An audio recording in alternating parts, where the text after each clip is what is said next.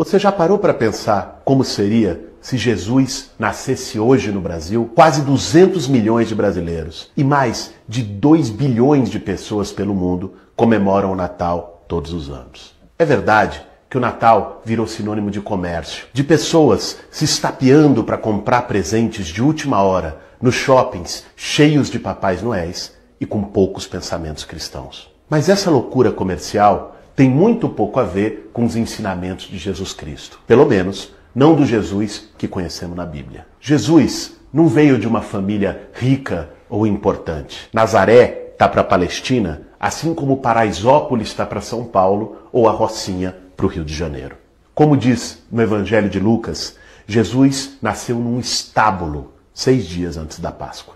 O estábulo não pertencia a José e a Maria. Eles estavam lá porque não tinham nenhum outro lugar para ir. Sim, é verdade. Jesus, como milhares de outras crianças, nasceu sem teto. Quantos juízes no Brasil de hoje não mandariam despejar a família, mesmo com a mãe grávida? Desde que nasceu, Jesus foi perseguido pelos governantes, como se fosse um criminoso. As escrituras contam que o rei da época mandou matar todas as crianças com menos de 2 anos nos arredores de Belém, com medo da chegada do Filho de Deus. Você pode estar pensando, mas o governo mandava matar crianças? Que horror! Pois é, no Rio de Janeiro, pelo menos 6 crianças foram mortas durante ações policiais em favelas. Uma delas, Agatha Félix, de 6 anos, que morreu com um tiro de fuzil nas costas. Em São Paulo, a vítima mais jovem do massacre de Paraisópolis foi um menino de apenas 14 anos. Jesus dedicou toda a sua vida para os humildes como ele. Defendia e curava os miseráveis que andavam pela rua da Galileia. Ele era misericordioso com as prostitutas. No Evangelho de Mateus,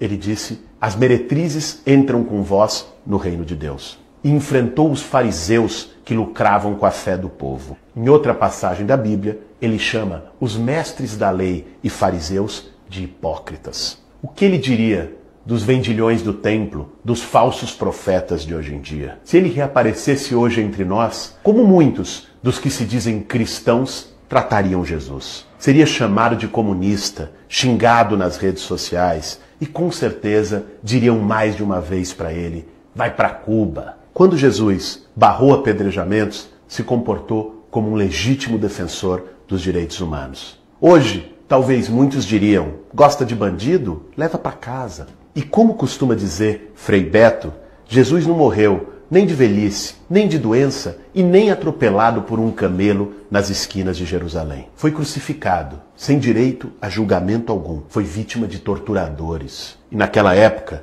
também existiam entusiastas da tortura que aplaudiram a sua morte de pé. Jesus teve esse destino justamente porque ousou enfrentar os poderosos, enfrentar os preconceitos e defender a igualdade entre todos. O Evangelho de Mateus conta que certa vez Jesus disse: é mais fácil um camelo passar pelo buraco de uma agulha do que um rico entrar no reino de Deus.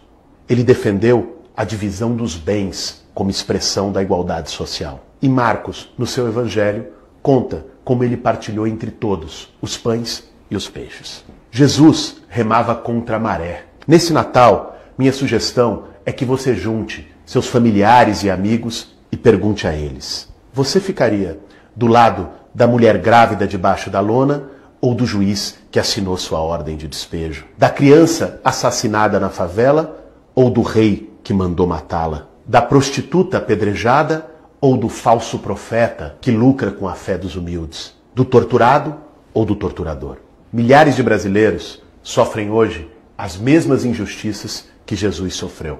De nada adianta se dizer cristão e negar seus ensinamentos. De nada adianta ir na missa ou no culto aos domingos e ser insensível com a dor dos outros. Nesse Natal, eu te desejo muita solidariedade e muito amor.